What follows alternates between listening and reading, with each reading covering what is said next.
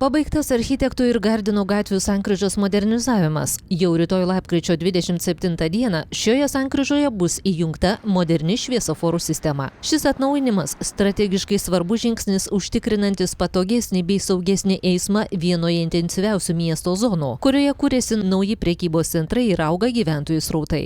Šiaulių gatvių švietimo įmonės laukia dar vienas didelis projektas, daugelis gali ir pastebėjote, tai architektų ir Gardino gatvės sankryžų šviesoforinė sankryža. Na, iš tikrųjų šio šviesoforinės sankryžos atsiradimą įtakoja du momentai. Tai dabar jau prieš tai jau galima sakyti, ar dabar esantis nesaugus posūkis iš architektų gatvės į Gardino gatvę.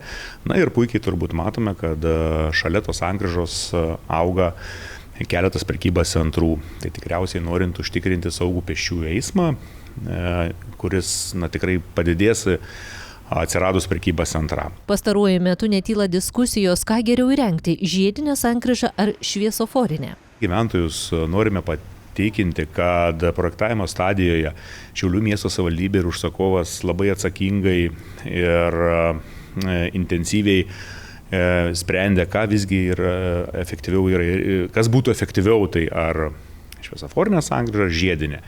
Na, visgi buvo prieita išvados po net keletą ekspertų pasisakymo ir Vilniaus Gedimino technikos universiteto ir kitų, saugaus eismo atstovų, kad šviesoforinė sankryža yra efektyvesnė. Bet mums džiugu tai, kad per ilgas diskusijas šioj šviesoforiniai, kas vyko, jau gali pastebėti, atsirado ir papildomų eismo juostų, netilo diskusijos, kiek jų galbūt daugiau reikėtų. Tai tikrai įtakos sankryžos pralaidumą. Bus užtikrintas, ką jau ir minėjau, saugus pėsčiųjų eismas, na ir ypatingai saugus kairieji posūkiai ir tai bus užtikrintas eismo saugumas. Įrengus šviesoforinę sankryžą pirmosiomis savaitėmis bus laikinas prisitaikymo laikotarpis, kurio metu šviesoforai bus derinami pagal transporto priemonių srautus.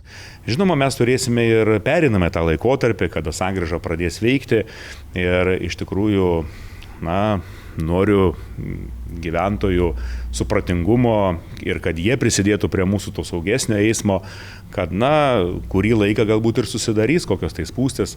Mūsų specialistai stebės, nuolat analizuos situaciją ir esamuoju laiku keis, kad ko nebūtų. Dar kartą sakau ir iš karto į priekį ir atsiprašau, kas patirs nepatogumus vykstantis šituo maršrutu. Prašome supratingumo ir prisidėjimo kartu kurti saugesnės sankryžas ir saugesnį eismą Šiaulių mieste. UAB gatvių apšvietimas kartu su Šiaulių miesto savivaldybė nuosekliai dirba gerindami miesto infrastruktūrą ir kurdami saugesnę bei patogesnę aplinką visiems eismo dalyviams.